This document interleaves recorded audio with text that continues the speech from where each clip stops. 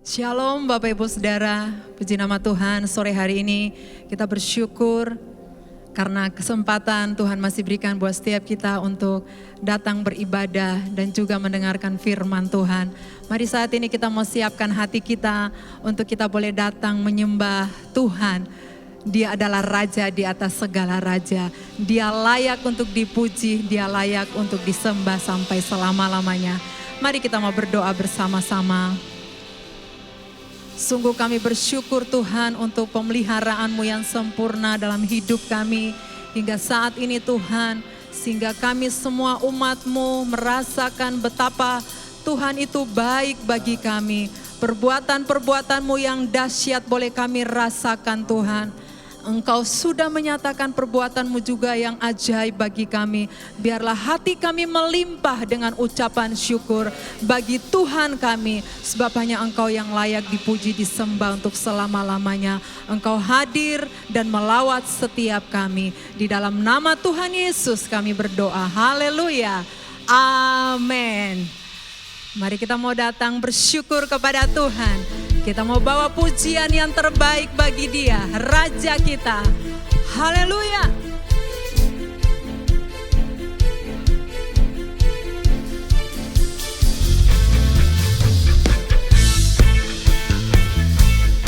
Bertepuk tangan bagi Tuhan.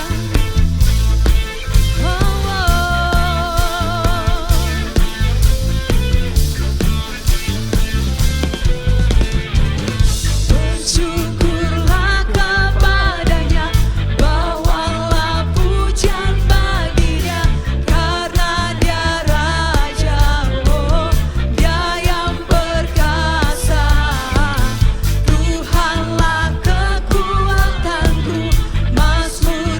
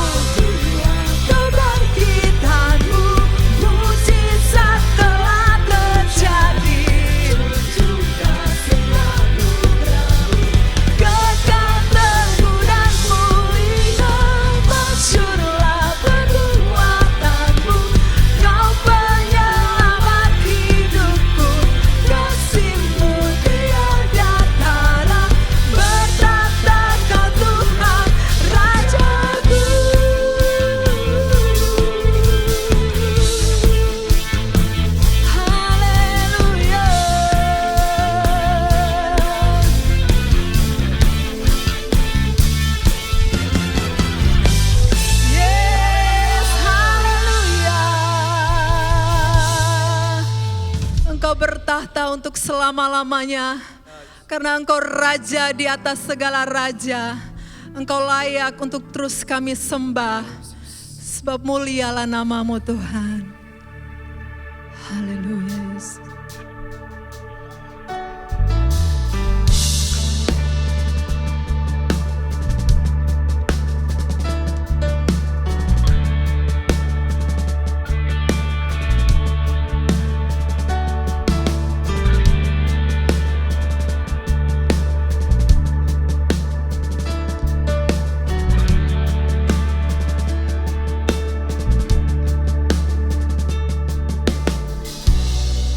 Sembah Kau Rajaku, sebab mulialah nama-Mu. Ku sembah Kau Tuhanku, sebab kasih-Mu bagiku.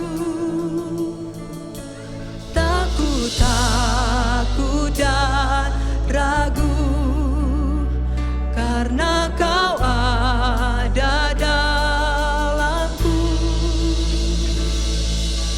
Kan ku nyatakan kebesaran-Mu, ku saksikan di setiap nafasku. Perbuatan-Mu ajaib bagiku, Yesus penyelamatku.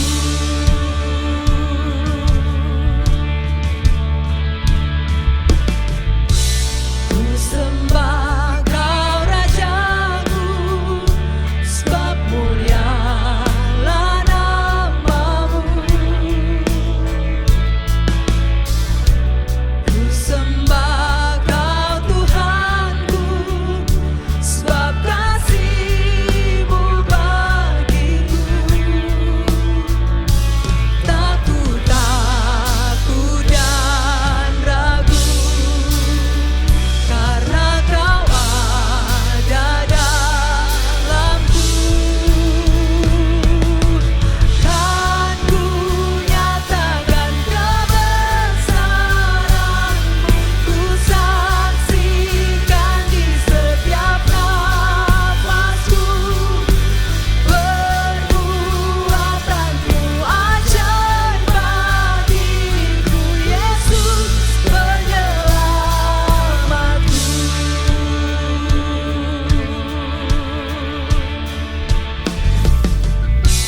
Ku sembah Kau Rajaku, sebab mulialah nama-Mu.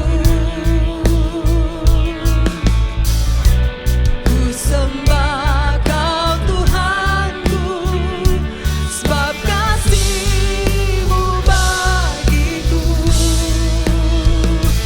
Tak ku takut dan ragu, karena Kau ada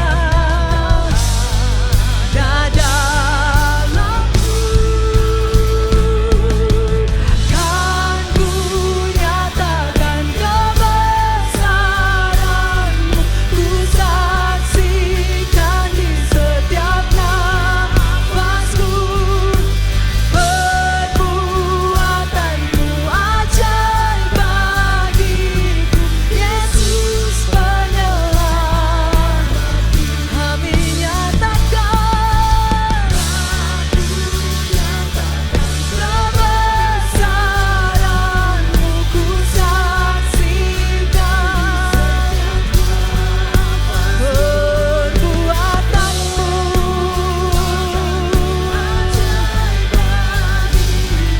Yesus penyelamatku.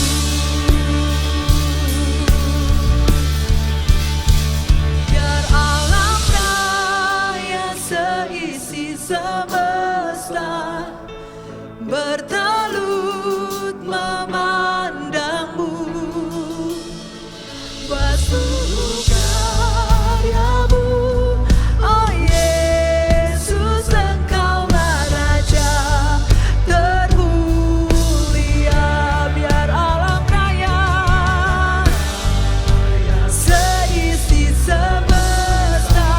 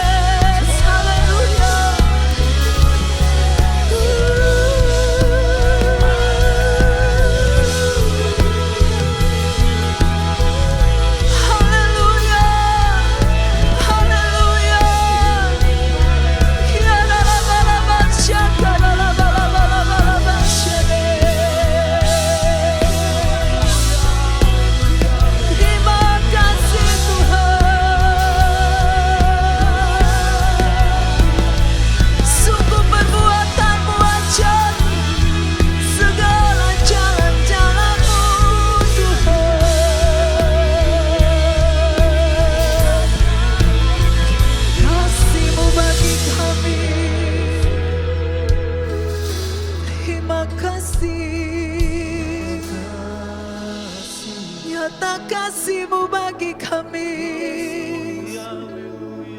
nyata perbuatan-Mu dalam hidup kami. Yes Lord, kami mau terus menyembah Engkau Raja di atas segala raja. I will worship you Lord. I worship you Jesus, I worship you with all of my heart and all of my soul. I love you, I love to worship you, I worship you, I worship you. Jesus, I worship you. Jesus, I worship you. With all of my heart and all of my soul, I love you, I love to worship you. I worship you, Jesus. Jesus, I worship you. Oh, with all of my heart and all of my soul, I love you, I love to worship you, I worship you, I worship you. Kami menyembah, kami menyembah Engkau. With all of my heart and all of my soul, I love you, I love to worship you. Mari lebih lagi serukan, I worship you.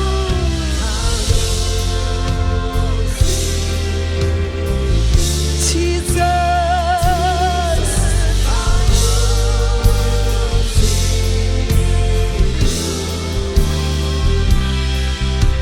with all of my heart and all of my soul, I love you, I love to worship you.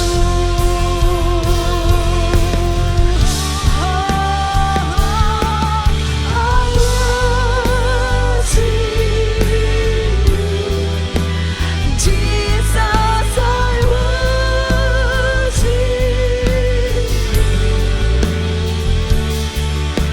with all of my heart and all of my soul. I love you, I love you, I worship you.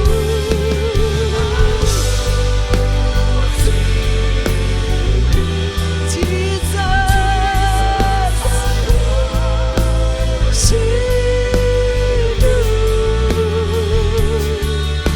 with all of my heart and all of my soul, I love you, I love to worship you. With all of my heart and all of my soul, I love you, I love to worship you. With all of my heart and all of my soul, I love you, I love to worship you.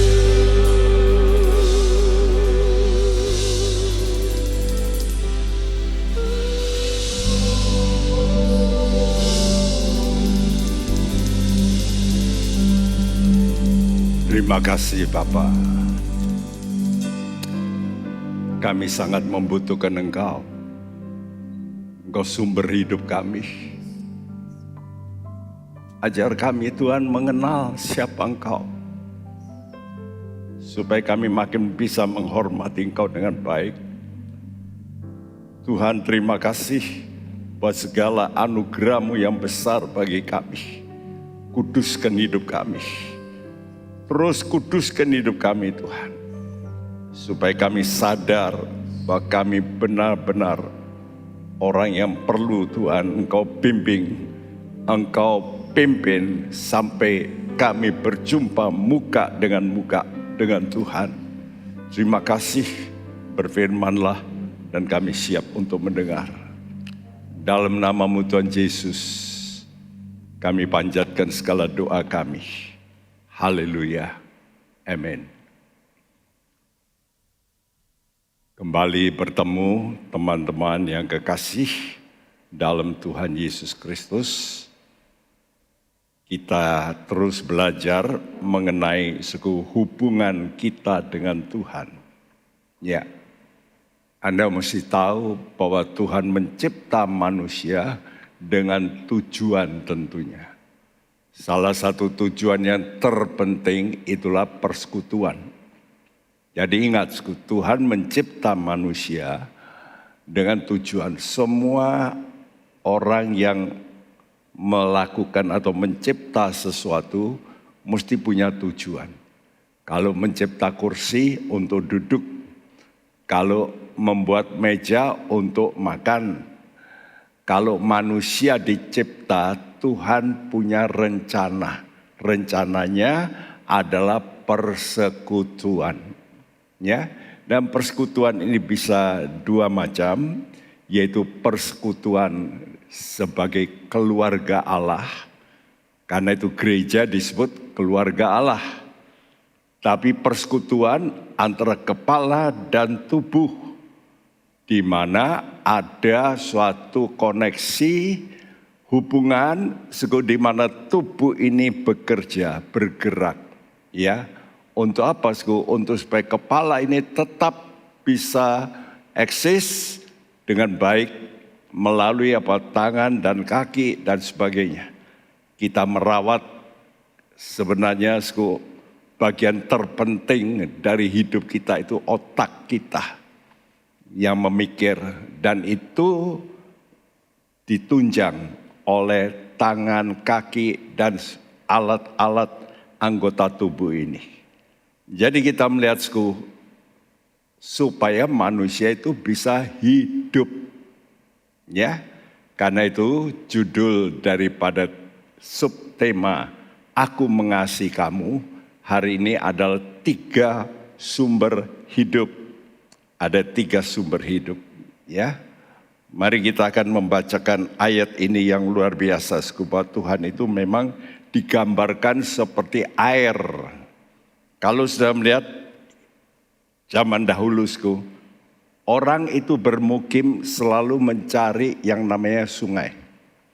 Kalau sudah naik pesawat terbang ke Kalimantan, baru sudah lihat, sekeliling sungai itulah penduduk-penduduk.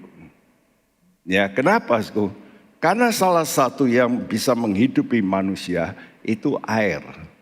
Di mana ada air, ada tumbuhan. Di situ ada buah-buahan, ada tanaman. Jadi itu untuk makanan. Jadi makanan, minuman itu sumber. Ya, karena itu Tuhan kita harus kita kenal sebagai sumber, sumber yang betul-betul memberikan kita hidup.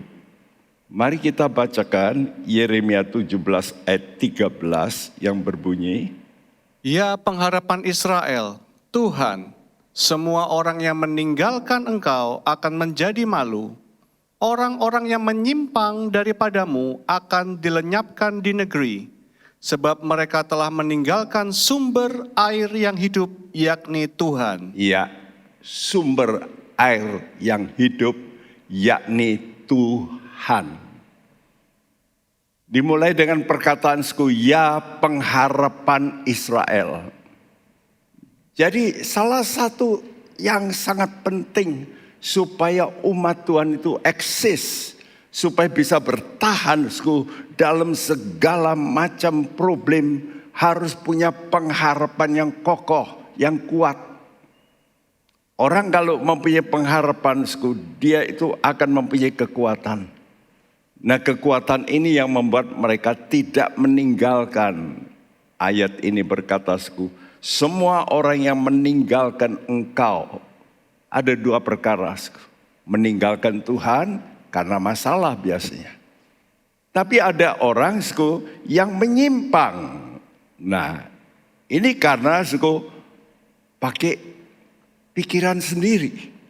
Jadi karena ada masalah, ya, problem-problem dari sekeliling, dari orang-orang berdosa, dari setan, banyak orang meninggalkan Tuhan, tapi bukan hanya itu, menyimpang. Nah, kalau bicara menyimpang, ini oleh karena pengajaran, doktrin yang tidak benar. Dan Tuhan memberikan peringatan, orang yang meninggalkan Tuhan akan nanti berakhir dengan malu. Malu itu artinya, aduh kok begini ya. Ya, saudaraku, orang-orang yang sekarang melakukan korupsi, kalau sudah ketangkap, nah apalagi dipampang wajahnya di koran, wah, keluarganya semua malu, saudaraku. Jadi kita harus tahu, akhir daripada perbuatan dosa itu adalah rasa malu. Tapi bukan hanya rasa malu, di sini katakan oleh karena keliru lalu menyimpang, dikatakan dilenyapkan dari negeri. Kalau saya perhatikan dalam terjemahan bahasa Inggris, semua dikatakan shall be written in the earth. Jadi namanya bukan tertulis di sorga, tapi di bumi. Ya. Dan saya yakin itu menunjukkan artinya hidup ini membumi, orang-orang yang membumi, orang-orang yang berakhir nanti di dunia orang mati dalam bumi. Celaka, ya. Apa masalahnya? Sebab mereka meninggalkan sumber air hidup, yakni Tuhan. 2 minggu lalu saya tuliskan ini. Allah itu sebagai Bapa, dia sumber. Pertama, sumber segala roh. Nah, ini kita akan terangkan secara detail, ya. Segala roh ini berarti manusia itu hidup oleh karena roh. Hidup kita berbeda dengan binatang yang gak bisa hubungan dengan Allah. Tapi hidup kita ini supaya mempunyai persekutuan yang kekal. Dan itu butuh roh. Roh yang hidup. Yang kedua, Bapa kita disebut Bapa terang. Nah, Bapa terang ini pun adalah sumber hidup. Ya, karena kalau ada terang, baru ada kehidupan. Dan terang ini bisa progresif. Karena itu sesuai dengan keadaan kita. Mau tidak kita ini mau membongkar hidup kita. Istimewa yang disebut secret sins. Dosa-dosa yang tidak diketahui orang, yang tersembunyi. Maukah kita ini terang? Kalau kita makin terang, anugerah Tuhan makin progresif. Dan ketiga, Bapak kita dikenal sebagai Bapak kemuliaan. Kenapa? Karena orang-orang yang mengikuti dia nanti akhirnya mulia. Mulianya karena apa? Karena warisan. Ya, karena ada sesuatu yang sudah disimpan di sorga. Yang disediakan bagi tiap kita, yaitu kerajaan luar biasa. Hari ini kita akan mengupas dua, yaitu yang pertama Bapa segala roh. Jadi kita ini kenal Tuhan kita itu sebagai Bapa. Bapa dari apa? Bapa dari segala roh. Dan ini berkaitan dengan hidup persekutuan yang kekal oleh roh. Oleh karena itu kalau saudara tidak selalu bersekutu dengan Tuhan dalam roh, khususnya di mana, peringatan Tuhan selalu berkata apa? Berdoalah senantiasa dalam roh. Nah ini kita mesti jaga. Banyak orang tidak menjaga hidup rohani. Di mana kita bisa hidup kalau bersekutu tiap hari? Handphonemu walaupun canggih, mahal, tapi kalau baterainya tidak di-charge, gak mungkin bisa melakukan koneksi. Begitu juga kita. Nafas hidup rohani itu adalah doa. Karena itu saya heran kalau kita anak-anak Tuhan melalaikan doa-doa. Saya dorong Anda sekalian yang mendengarkan firman Tuhan ini supaya jangan menjadi orang Kristen yang hanya mejeng, yang hanya tampil kelihatan bagus, tapi mati hubunganmu dalam roh, dalam rohani. Ya. Dan inilah yang menyebabkan saudara nanti tidak bisa menghormati Allah sebagai Bapa. Mungkin aktif, mungkin kita mengerjakan pekerjaan Tuhan, tapi berakhir dengan apa tadi dikatakan? Malu. Berakhir dengan apa? Namanya akan tertulis di tanah, bukan di sorga, tapi di tanah. Karena itu ini peringatan dalam kitab Maliakhi. Seorang anak menghormati bapaknya. Seorang hamba menghormati tuannya. Jika aku ini bapak, di mana toh hormat yang kepadaku? Ini Tuhan minta. Ingat-ingat kita anak-anak Tuhan, jangan lupa tiap hari mesti datang sujud menghormati Tuhan. Ya, saya terkagum dulu dengan seorang jemaat kita yang dulu belum mengenal Tuhan. Dia kalau mau pergi, setiap kali mau pergi di ruang ruang tamunya itu sebelum keluar dari pintu, di situ ada potret dari ibunya. Tiap kali kalau dia mau keluar, dia mesti menghadap dan dia berkata, "Ma, tak pamit ya, Ma." Begitu pulang, dia juga berkata, "Ma, aku sudah datang." Itu dilakukan dengan setia. Kenapa, Karena menghormati. Tapi menghormati gambar. Nah, coba sudah pikir, kenapa kita ini mesti menghormati? Kenapa kita menghormati ayah dan ibu kita? Karena satu hal, mereka itu membuang nyawa untuk kita. Apalagi seorang ibu. Kalau dia melahirkan, pasti sakit. Seorang ayah, dia mesti bekerja dengan sungguh-sungguh, berkeringat. Demi siapa? Demi anaknya. Jadi kita melihat, hubungan ini kita mesti mengerti. Semua itu oleh karena derita. Nah, orang yang bisa mengerti derita, barulah bisa mengasihi Tuhan.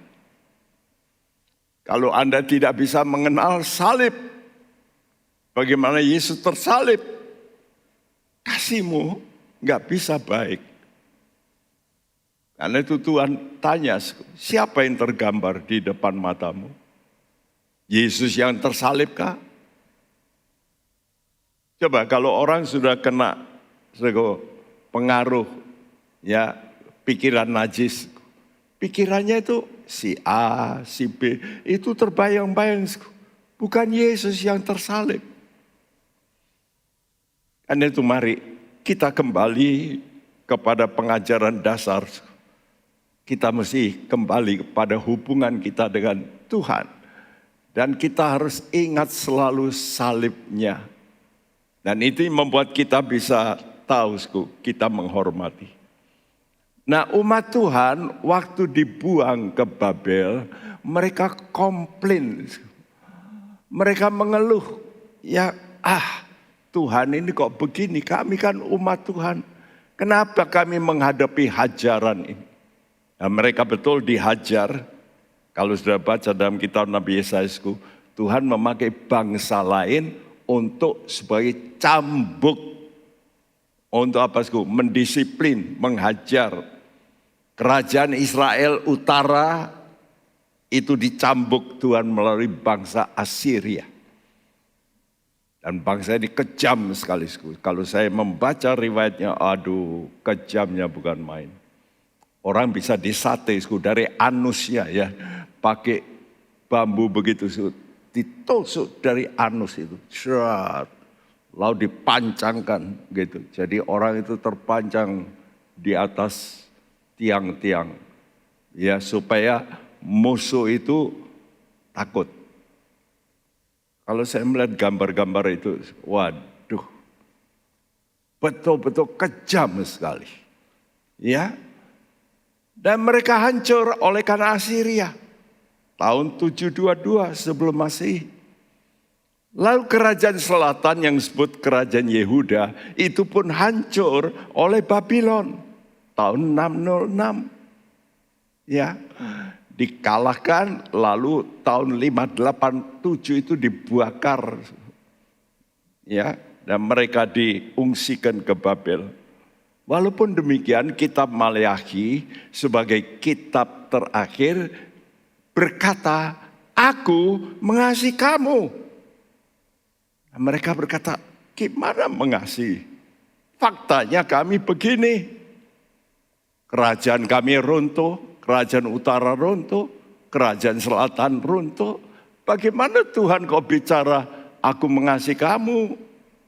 Bukankah itu terjadi dalam fakta hidup? Beberapa orang komplain, Tuhan jahat. Kalau ada musibah dalam rumah tangganya, Tuhan jahat. Persis seperti orang Israel. Ya. Kenapa Tuhan izinkan dicambuk itu? Ya karena itu cara Tuhan. Untuk apa? Untuk tentu punya tujuan. Sebab kalau tidak dicambuk, mereka enggak bertobat. Istimewa nanti pada akhir zaman, Tuhan bukan pakai Assyria, Babylon, tapi itu semua simbol untuk nanti satu Tuhan cambuk dengan satu orang pribadi yang sangat kejam, yaitu antikris. Nah, sekarang ini sedang ribut di Israel. Muncul beberapa orang yang mengaku dirinya Mesias. Dan memang sudah dites oleh para rabi. Ini beberapa loh, Mesias palsu. Ya, masih muda. Tapi Taurat itu, bikin mujizat. Bayangin. Dan nanti Tuhan pakai antikris mencambuk. Kenapa Tuhan berbuat begitu? Amsal 3 ayat 11 dan 12 berbunyi. Hai anakku, janganlah engkau menolak didikan Tuhan, dan janganlah engkau bosan akan peringatannya, karena Tuhan memberi koreksi kepada yang dikasihinya, seperti seorang ayah kepada anak yang disayangi. Iya, bahasa Indonesia, Tuhan memberi ajaran. Ini bisa ditafsir ajaran firman Tuhan, bukan mestinya hajaran atau lebih baik koreksi begitu. Ya. Kenapa Tuhan koreksi dengan pukulan-pukulan? Karena engkau umatku menolak didikan. Yang kedua, karena engkau bosan. Diperingati lagi. Bosan. Bukankah begitu sekarang banyak orang nggak bisa dengar kalau ada firman Tuhan yang keras, peringatan, awas ya, hati-hati, jangan berbuat dosa. Sudah tahu. Menjadi bosan. Ya. Dan itu bisa menimbulkan sikap. Ya, sikap menolak dan sikap bosan ini ditunjukkan dengan ayat yang berikut ini, Ibrani 12 ayat 5-11 yang berbunyi, Dan sudah lupakah kamu akan nasihat yang berbicara kepada kamu seperti kepada anak-anak? Hai anakku, janganlah anggap enteng didikan Tuhan. enteng, anggap enteng dengan disiplin. Kedua, Dan janganlah putus asa apabila engkau diperingatkannya. sikap kedua, putus asa. Terus, Karena Tuhan menghajar orang yang dikasihinya, dan ia menyesah orang yang diakuinya sebagai anak. Jika kamu harus menanggung ganjaran, Allah memperlakukan kamu seperti anak. Di manakah terdapat anak yang tidak dihajar oleh ayahnya? Tetapi jikalau kamu bebas dari ganjaran yang harus diderita setiap orang, maka kamu bukanlah anak, tetapi anak-anak gampang. Selanjutnya, dari ayah kita yang sebenarnya kita beroleh ganjaran, dan mereka kita hormati. Kalau demikian, bukankah kita harus lebih taat kepada Bapa segala roh, supaya kita boleh hidup? Sebab mereka mendidik kita dalam waktu yang pendek, sesuai dengan apa yang mereka anggap baik. Tetapi Dia menghajar kita untuk kebaikan kita, supaya kita beroleh bagian dalam kekudusannya. Memang tiap-tiap ganjaran pada waktu ia diberikan tidak mendatangkan sukacita, tetapi duka cita. Tetapi kemudian ia menghasilkan buah kebenaran yang memberikan damai kepada mereka yang dilatih olehnya. ya, saudaraku, ayat-ayat ini menjelaskan dua sikap kalau orang menolak didikan dan bosan peringatan, itu kalau dihajar bisa ini, anggap enteng. Cuma sakit gitu, ini bukan sakit cancer kok. Cuma sakit itu, ke dokter, sembuh. Dan kalau sudah sembuh, sudah, anggap enteng. Nanti ada ajaran lagi. Ya. Dulu ada seorang yang diajar Tuhan sampai 2 kali ditabrak. Ya, karena dia pengemudi dari mikrolet begitu. Ya, hari itu dia entah gimana, biasanya orang itu bayar orangnya yang bayar pada sopir, sopirnya masih di situ duduk. Tapi ini kali dia keluar, begitu keluar ya, lalu disambar. Lalu kakinya patah. Di rumah sakit saya besuki, lalu di tembok rumah sakit dipasangi tulisan-tulisan dengan kertas, bertobat, tobat, tobat, ampuni saya. Setelah sembuh datang ke gereja sebentar, lalu hilang lagi, lalu tabrak lagi. Ya, jadi biasanya Tuhan itu lebih keras. Ya, ada orang yang anggap enteng masalah. Jangan. Atau saudara kalau kena ajaran, putus asa. Gini ya ikut Tuhan, enggak usah lah. Saya lihat teman-teman saya yang nakal-nakal yang enggak apa-apa. Kok malah ikut Tuhan malah kena. Nah itu putus asa. Kenapa? Karena Tuhan menghajar orang yang dikasihi. Kenapa dikasih? Karena dianggap sebagai anak. Kalau tidak dihajar, kata Tuhan, itu anak-anak gampang. Anak gampang itu artinya anak yang tidak resmi, yang tidak legal. Artinya anak yang cara gelap. Kalau itu anak kandung, itu akan dididik dengan baik. Dan mulai dengan hajaran. Ya, dulu ada seorang pakar psikolog Amerika, Benjamin Spock, terkenal tahun 70-an, memberitahu pengajaran, jangan menghajar anakmu. Ya, nggak boleh. Anak itu nggak perlu diajar, nanti dia mengerti sendiri. Setelah lewat dia beberapa tahun terjadi seperti tembak-tembakan di Amerika, itu di sekolah-sekolah. Dia lalu menuliskan satu artikel, ini kesalahan saya ini. Ya, karena anak-anak itu harus dihajar. Terlambat.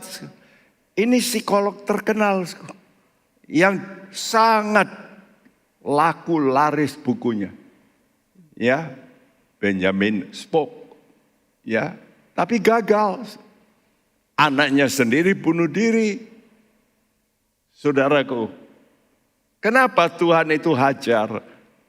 Ayat ini berkata, kalau ayah kita yang sebenarnya, ayah kandung, itu kita dihajar, itu kita tetap hormati. Karena dia memberi hidup, kasih makan, kasih biaya, kita hormati. Ya, dan Tuhan berkata, apalagi dengan Bapa segala roh. Nah di sini ada ungkapan Bapa segala roh, Father of spirits, supaya kita boleh hidup kekal. Nah, kenapa Tuhan itu mengajar kita sebagai anak?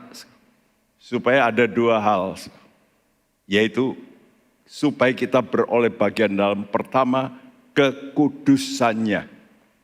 Ini kita dididik supaya kita pisah. Ya, sebab rotan itu memisahkan dari kebodohan. Jadi kalau kita ada masalah, apa sajalah, penyakit ringan mungkin, coba sudah datang pada Tuhan, apa ya, saya harus koreksi apa ini. Jadi jangan kita itu abaikan pendidikan, masalah mungkin keuangan hancur, kesehatan hancur. Coba kita teliti, why? Mengapa? Ya. Dan kalau kita tiap kali begitu, kita berhati-hati, kita supaya lepas dari hal yang tidak kudus. Jadi ganjaran ini supaya kita kudus. Yang kedua, supaya menghasilkan buah kebenaran. Kekudusan dan kebenaran. Sebab dua ini adalah dua hal yang harus kita miliki sebelum kita bisa masuk surga. Jangan harap hidup kekal kalau sudah tidak benar dan tidak kudus. Jadi Bapa segala roh itu Bapa yang memberi hidup. Dan hidup itu yang kekal itu ada karena ada dua sebab. Benar dan kudus. Yang memang itu dikerjakan oleh Allah sebagai anugerah. Ya, bagi orang yang mau sadar, mau merendahkan diri waktu dihajar, dia bertobat. Jadi ingat, Tuhan itu baik. Karena itu kalau saya melihat sekarang, jumlah orang Kristen di dunia ini banyak. Tapi yang kudus, benar, kata Tuhan sedikit. Karena banyak yang lewat jalan lebar. Walaupun pakai simbol Kristen. Tapi banyak kali tidak benar, tidak kudus. Yang menyedihkan bahkan hamba-hamba Tuhan juga jatuh dalam dosa yang sama. Tidak benar dalam uang, tidak kudus dalam hal seks. Saudaraku, dan ini menyedihkan sekali. Kenapa? Karena harapannya beda. Tadi katakan ya pengharapan orang Israel. Biar kita mempunyai harapan tidak lain. Bukan dunia ini, tapi Tuhan itu harapan kita.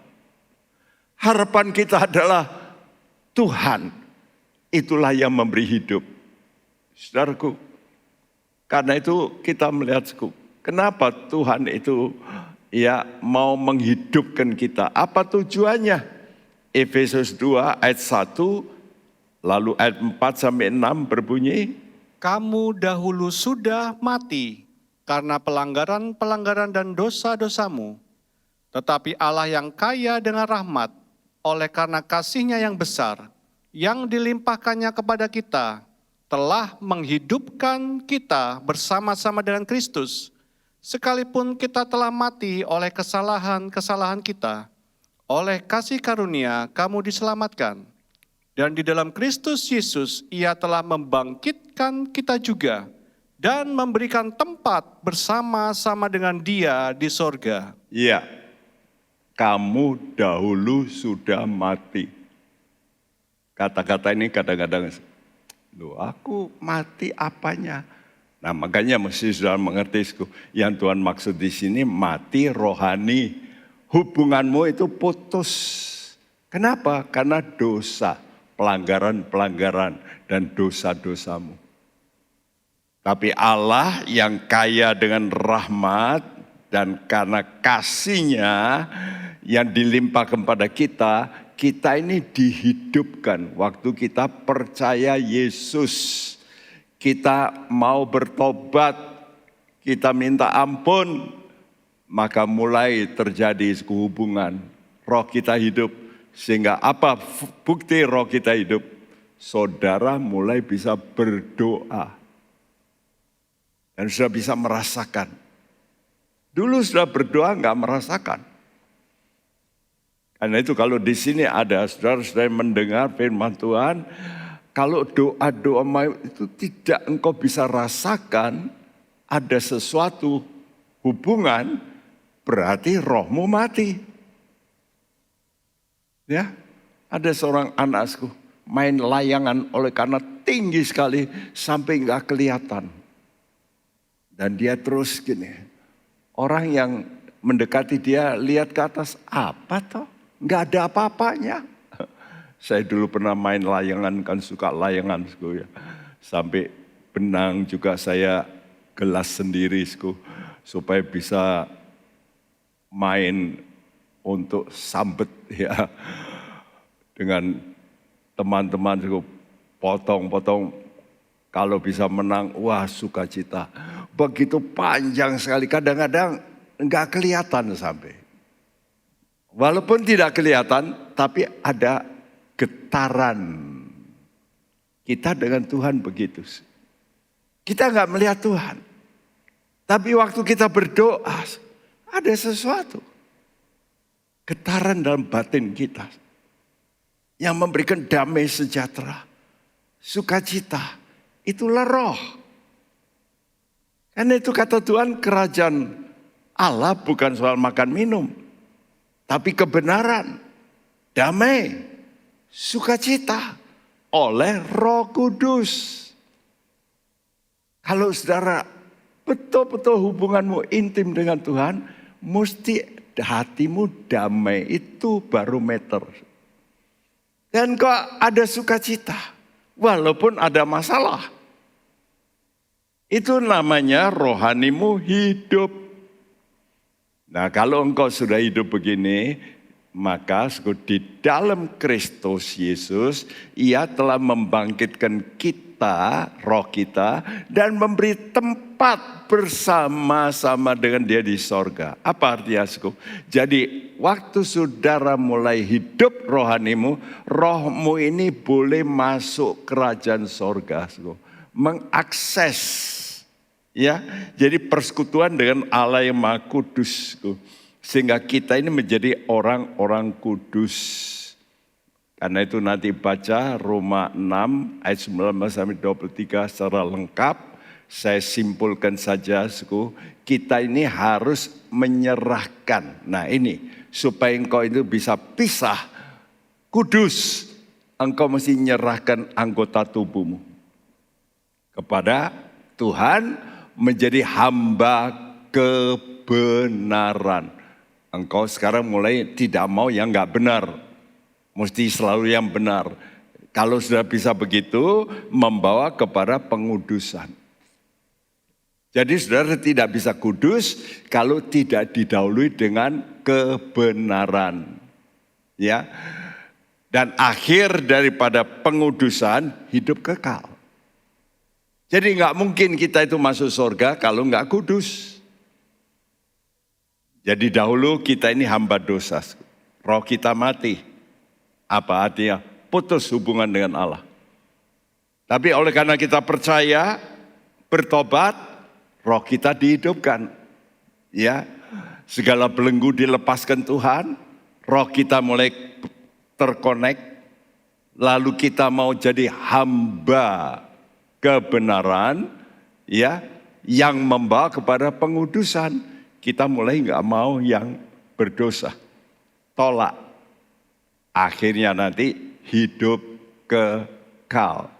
Jadi hidup kekal itu bukan asal kita percaya Tuhan, pasti hidup kekal. Ya, engkau punya bibit untuk hidup kekal, tapi engkau harus praktekkan dalam fakta.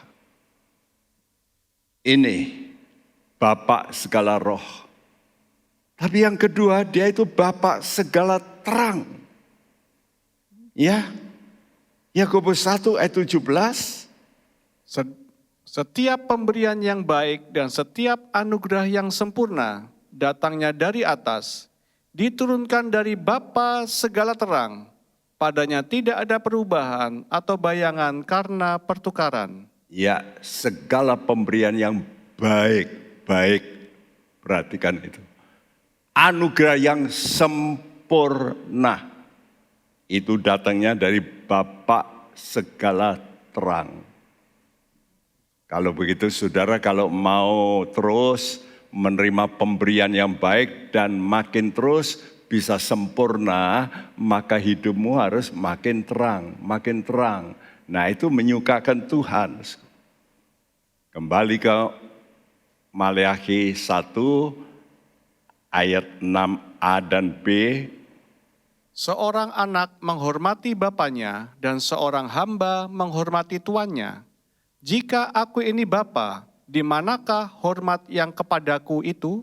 Ya, Tuhan ini menuntut. Kalau engkau betul mau punya hubungan dengan aku sebagai anak dan bapa, aku pasti akan merawat engkau. Dan engkau akan menjadi berhasil. Lihat, orang-orang ayah, ibu yang betul memperhatikan anaknya, membuat anaknya pasti sukses. Itu tujuan hidupnya. Tapi ayah ibu kadang-kadang membuat anaknya menjadi budak. Disuruh yang tidak benar, mencuri dan sebagainya. Nah, kalau kita mau, kita ini mesti dipulihkan dari dosa kita. Dan tangan Tuhan bisa melakukan itu. Kenapa? Karena seperti bumi, dulu dirusak oleh iblis. Tapi lalu roh Tuhan bekerja. Dan firman Tuhan lalu berkata seperti Kejadian 1 ayat 2-4 yang berbunyi. Bumi belum berbentuk dan kosong, gelap gulita menutupi samudra raya. Dan roh Allah melayang-layang di atas permukaan air. Berfirmanlah Allah, jadilah terang. Lalu terang itu jadi. Allah melihat bahwa terang itu baik. Lalu dipisahkannyalah terang itu dari gelap. Ya, ini start renovasi. Apa yang ditulis dalam Kejadian 1 ayat 2-4. Ini bicara bumi yang dirusak oleh iblis. Sehingga tidak berbentuk, belum berbentuk, kosong, gelap. Ya, lalu roh Allah mulai melayang-layang. Lalu apa? Firman. Jadi perhatikan, ini dua pribadi Allah yang merenovasi bumi kita ini. Jagat bumi kita ini dulu dirusak iblisku. Bumi kita menjadi seperti itu, belum berbentuk, kosong, gelap. Apa yang diucapkan pertama? Jadilah terang. Kenapa, Sku? Begitu ada terang, apanya yang minggir? Gelap. Langsung, Sku, pisah, pergi. Jadi kalau begitu inilah proses pemisahan. Dan ini kalau secara rohani inilah proses pengudusan. Kita harus mengalami proses demi proses. Pengudusan demi pengudusan. Seperti halnya dengan bumi yang dirusak iblis. Pertama apa? Tidak berbentuk. Bahasa Ibrani berkata tohu. Itu artinya kehidupan yang enggak punya bentuk. Enggak punya bentuk itu seperti begini loh. Kalau saudara tuang air, lalu saudara tuang aja di lantai, ya enggak berbentuk seenaknya. Tapi kalau tuang air di gelas, bentuknya menurut gelas ini. Nah, hidup manusia itu seperti itu. Ya, kalau ditaruh di satu tempat yang benar, dia punya bentuk. Hidup ini dibentuk oleh Tuhan. Kalau dibentuk punya nilai. Coba kalau saudara punya emas, emas itu kan mahal. Tapi kalau emas dicor, lalu dibiarkan aja meleleh, jalan sendiri, coba dijual. Ya paling ditimbang aja. Yang mahal itu apa? Waktu dibentuk oleh pengrajin. Sama dengan kayu. Kayu gelondongan itu ya memang ada harganya. Tapi kalau dibentuk oleh ahli, wah nilainya berkali-kali, ribuan kali. Bukankah begitu, pakaian memang mahal. Tapi tergantung desainnya. Yang membuat jauh lebih mahal. Begitu juga hidup manusia. Hidup tidak berbentuk itu hidup yang sia-sia. Seenaknya sendiri, ya itulah seperti kitab pengkhotbah berkata, segala perkara di bawah langit ini sia-sia. Ya, lalu kosong. Kekosongan hidup. Apa? Akhirnya hidup. Waktu orang mati, dia tidak punya nilai. Walaupun dia kaya raya, waduh ditaruh di peti mati mahal, dikasih minyak wangi. Tapi setelah itu dibuang. Baunya busuk sekali. Tidak punya nilai. Begitu hidup kita. Kalau kita ini tidak mengisi dengan hal yang kekal, berakhir dengan nol besar. Dan itu hati-hati, orang-orang yang kaya diberkati Tuhan, kadang-kadang tidak mau menggunakan kekayaannya dengan baik. Waduh, pelitnya bukan main. Untuk pekerjaan Tuhan ya sekedar saya derma. Tapi tidak dengan hati. Begitu juga orang yang dikasih intelek. Dia mesti pakai inteleknya itu untuk menolong ya jemaat Tuhan. Untuk menolong orang lain. Tapi kalau inteleknya dipakai justru untuk membuat bom. Supaya dia bisa dapat uang banyak. Wah. Setelah dia mati apa? Nanti baru nangis. Aduh, hidup saya kok begini. Ya. 1 Korintus 15:58 mengatakan, ya giatlah selalu dalam pekerjaan Tuhan, karena usahamu tidak akan, jeripaimu tidak akan sia-sia. Lalu lanjut, tidak berbentuk, hidup sia-sia, kosong, lalu apa? Gelap gulita. Ya. Kata gelap gulita menunjukkan kondisi sengsara. Tiap kali ditulis dalam Injil Matius, dilempar ke tempat paling gelap, disitulah apa? Kertak gigi, tangisan, hidup yang hancur, dan kematian. Bayang-bayang maut. Inilah gambaran hidup kalau orang tidak percaya Tuhan berakhir di mana? Neraka. Ngeri. Karena itu kita melihat, saya tuliskan di sini, ya, proses kerusakan atau kehancuran sebelah kiri. Dimulai dengan tidak berbentuk. Ya. Lalu kosong. Lalu gelap. Itu proses, ya, turun, rusak. Tapi Tuhan mau pulihkan. Proses pemulihan dimulai dengan terang. Hari pertama Tuhan kata, jadilah terang. Begitu terang ada, gelap mulai minggir. Nah, dimulai dari terang itu lalu terjadi pemisahan. Makanya hari kedua apa? Jadilah cakrawala. Ada air yang di bawah, ada air yang di atas. Dua-duanya H2O. Tapi beda. Yang satu H2O air, yang lain udara. Ya.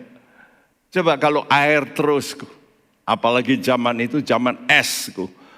Jadi bumi kita ini penuh tutup es. Mati semua. Pada di situ dulu waktu Tuhan ciptakan Kejadian 1 ayat 1 ada binatang-binatang, dinosaurus dan sebagainya.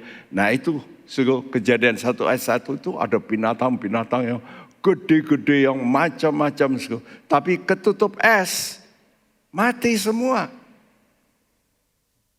Tapi begitu ada terang terjadi yang namanya cakrawala. Lalu Tuhan berkata apa? Tuhan kata supaya terjadi daratan dan lautan, laut tumbuh-tumbuhan. Nah, jadi dimulai dari terang lalu hidup ini mulai terisi. Karena itu orang Kristen permulaan begitu terang, aduh sukacita. Tapi ingat, saudara perlu mengisi. Isi dengan sesuatu yang hidup. Karena begitu ada tumbuh-tumbuhan, itu kehidupan. Itu untuk makanan, supaya hidup. Ya, bumi ini lalu ditumbuhi. Setelah itu lalu bumi ini dipenuhi.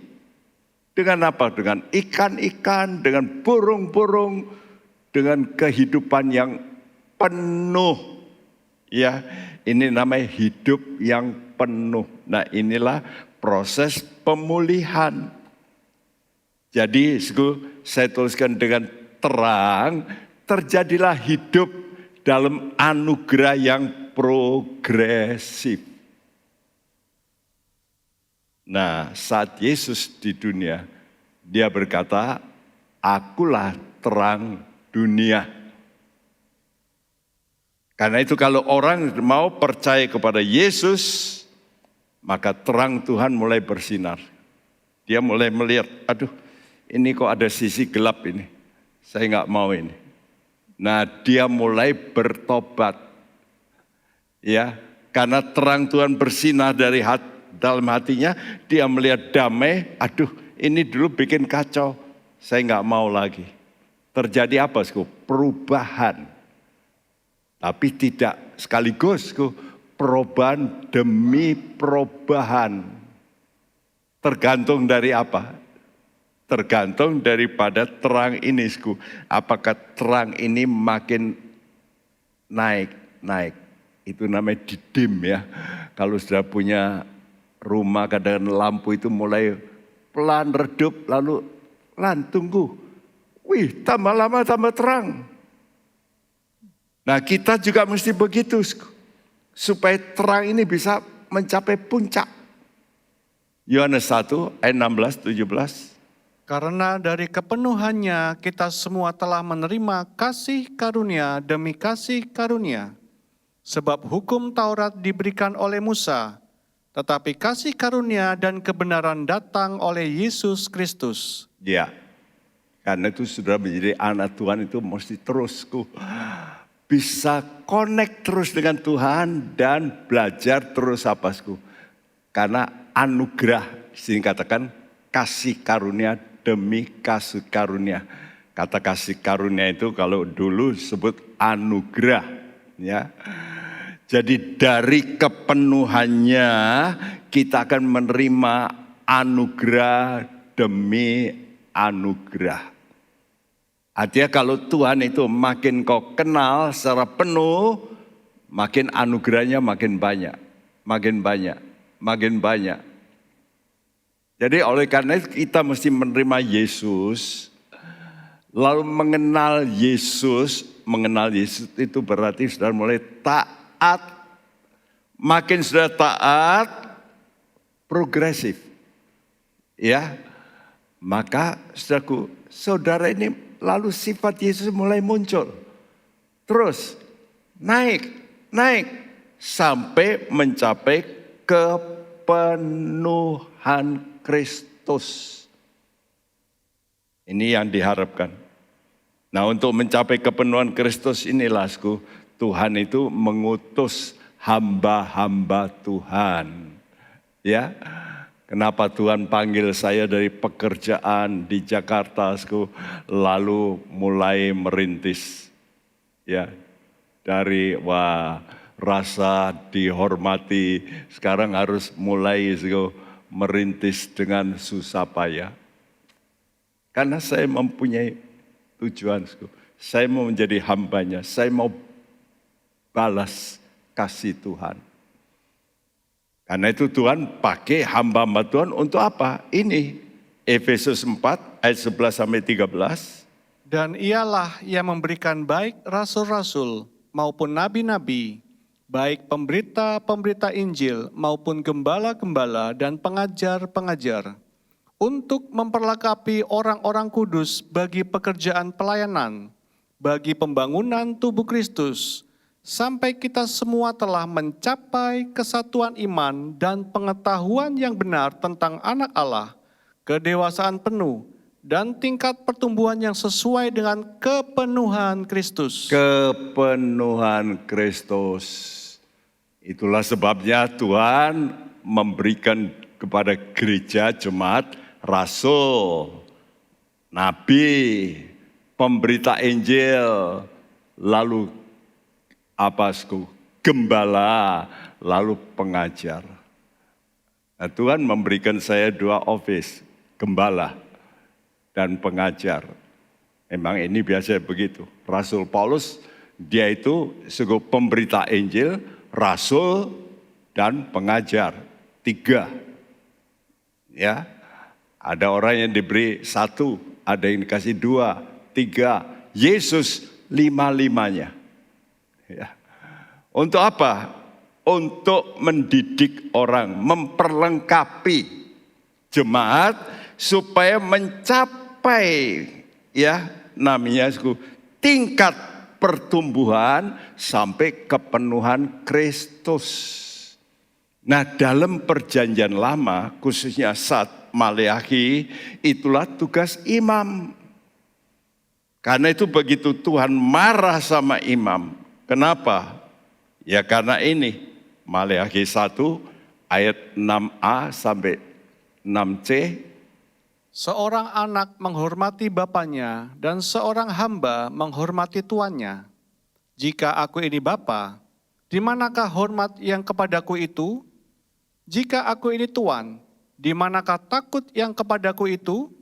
Firman Tuhan semesta alam kepada kamu, hai para imam yang menghina namaku. Wow. Tuhan marah pertama bukan sama umat, tapi sama imam. Jadi nanti sama, Tuhan itu marah besar. Kalau di gereja itu ada masalah-masalah yang gak benar, Tuhan marah sama siapa? Tuhan marah sama pendeta. Kalau ada sampai orang-orang di gereja itu mengalami hal-hal yang banyak yang berdosa, bukannya banyak yang tambah baik. ya, tapi banyak yang mengikuti aliran dunia, ya, pernikahan yang wah, sudah lihat aja, kadang-kadang bisa satu jemaat seluruhnya. Itu terjadi di luar negeri sudah, aduh bobroknya bukan main. Ya, bahkan gedung-gedung gereja dijual, gedung gereja berubah menjadi tempat ya diskotik dan sebagainya. Wah, rasanya sedih. Siapa yang akan dituntut? Pertama-tama Tuhan tuntut pendeta. Karena itu saya himbau bagi teman-teman pendeta supaya kita hati-hati. Kita pelan-pelan Tuhan nanti pertama yang dituntut. Untuk apa? Kamu ini aku kasih tugas supaya umatku ini mengenal aku.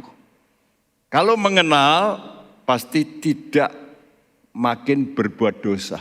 Tapi makin takut berbuat dosa. Oleh karena itu Tuhan bicara dalam Hosea 4 ayat 6 berbunyi, Umatku binasa karena tidak mengenal Allah. Karena engkaulah yang menolak pengenalan itu, maka aku menolak engkau menjadi imamku. Dan karena engkau melupakan pengajaran Allahmu, maka aku juga akan melupakan anak-anakmu. iya. Suku, ini ucapan Tuhan kepada siapa, suku? Pada imam. Karena di sini katakan, aku menolak engkau menjadi imamku. Umatku, jemaat Tuhan binasa. Kenapa, suku? Karena tidak mengenal Allah. Kenapa tidak mengenal? Ya kamu ngajarnya salah. Kamu ngajar soal hanya bagaimana bisa sukses, hidup diberkati, bagaimana cuma bisa sembuh sehat. Bahkan sekarang di gereja lebih banyak diajarkan hal-hal yang memberi kesehatan tubuh, bukan kesehatan rohani. Sini katakan umatku binasa karena tidak mengenal Allah. Lalu Tuhan tegur, engkaulah yang menolak. Siapa? Imam. Engkau yang melupakan pengajaran. Sekarang supaya jemaat itu tidak bosan mendengar firman, dicampuri dengan banyak berita-berita lain. Bukan firman Tuhan yang dikupas. Ya, dan itu memang segar. Mendengar cerita ini cerita, ya memang ada kesaksian. Tapi kalau itu kesaksian saja, itu bukan kehidupan. Yang memberi kehidupan bukan kesaksian orang, tapi firman Tuhan. Saya sedih, karena belakang ini firman Tuhan lebih kurang dikupas. Ya, lebih banyak bercerita tentang bagaimana menjadi berhasil. Bagaimana bisa dihormati, bagaimana bisa sehat secara jasmani. Tapi tidak memberikan makanan firman yang padat. Nanti orang gak bisa dengar lama-lama. Ya, memang. Makin lama memang banyak orang tidak suka firman Tuhan yang lama. Kalau bisa 1 menit. Ya. Nah, oleh karena itu para hamba Tuhan dituntut oleh Tuhan lebih dulu. Ini saya bicara ini juga untuk saya. Hati-hati. Kamu sebagai pengajar, kalau kamu salah aku tuntut. Ya. Saudara, hamba Tuhan harus membuat supaya jemaat itu mengenal Tuhan dengan baik. Kenapa orang berbuat dosa? Karena tidak mengenal Tuhan. Itu jawabannya. Ya, karena itu mari kita mau berkata, Tuhan buka mataku. Aku mau lihat wajah-Mu. Ya, supaya hidupku ini bisa betul-betul akan dipulihkan. Bisa diciptakan kembali. Aku kagum dengan perbuatan-Mu. Haleluya.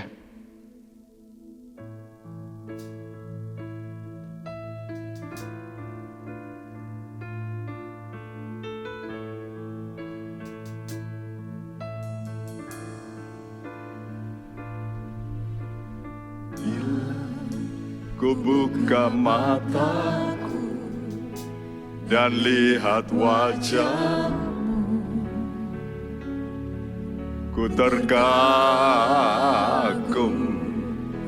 bila ku lihat hidupku dan karya tangan-Mu. Ku tersanjung karena semua yang baik dalam hidupku, itulah karya-Mu. Kau beri kesempatan yang baru dan ku ingin mengenal-Mu, Tuhan, lebih dalam dari semua yang ku kenal.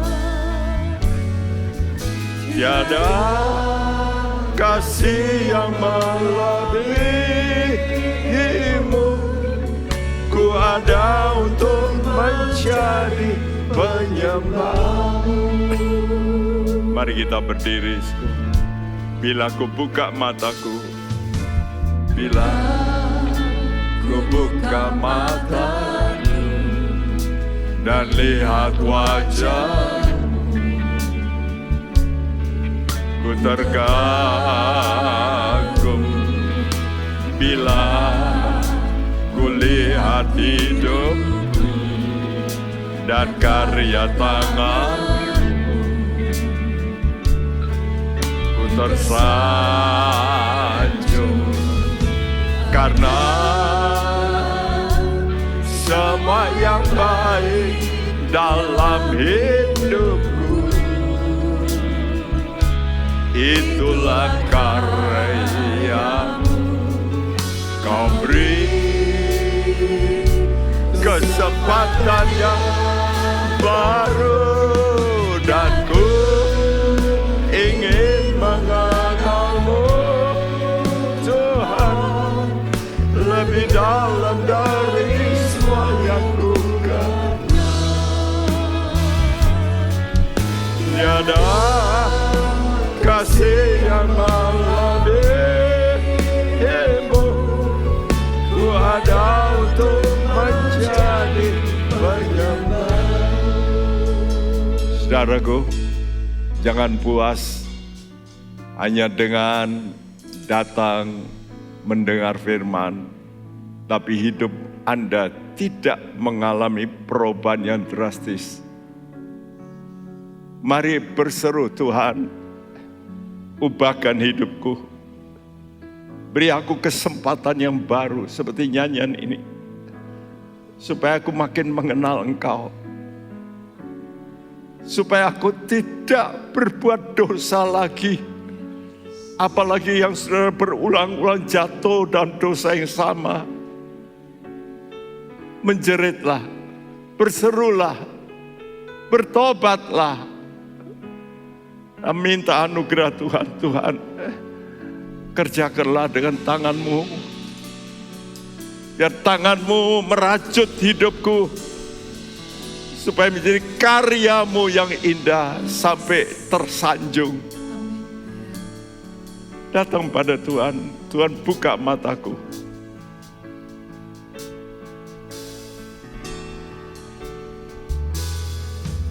Bila ku buka mataku dan lihat wajah-Mu, ku terkagum ya Tuhan.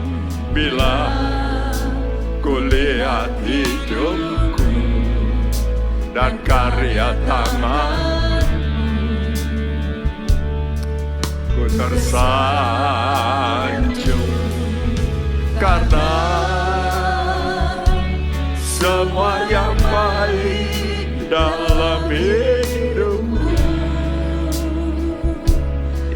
itulah karya Kau beri, amin Tuhan, kesempatan yang baru dan beri ingin mengenalmu Tuhan lebih dalam dari semua yang ku kenal. Tiada kasih yang melebihimu, ku ada untuk menjadi penyembah dan ku ingin mengenalmu, ingin mengenalmu Tuhan lebih dalam dari semua yang ku kenal. Tiada kasih yang melebihimu, ku ada untuk menjadi penyembah dan ku ingin mengenalmu Tuhan, ya Tuhan.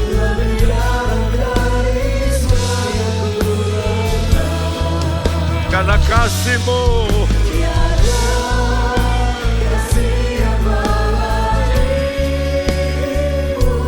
ya Tuhan,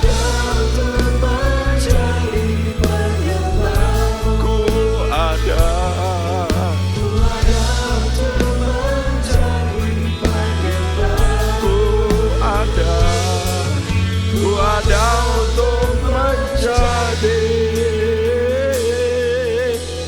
penyembah-Mu. Sembah Dia,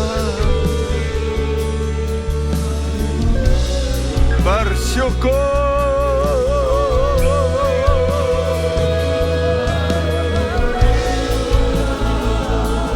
Kami bersyukur Tuhan.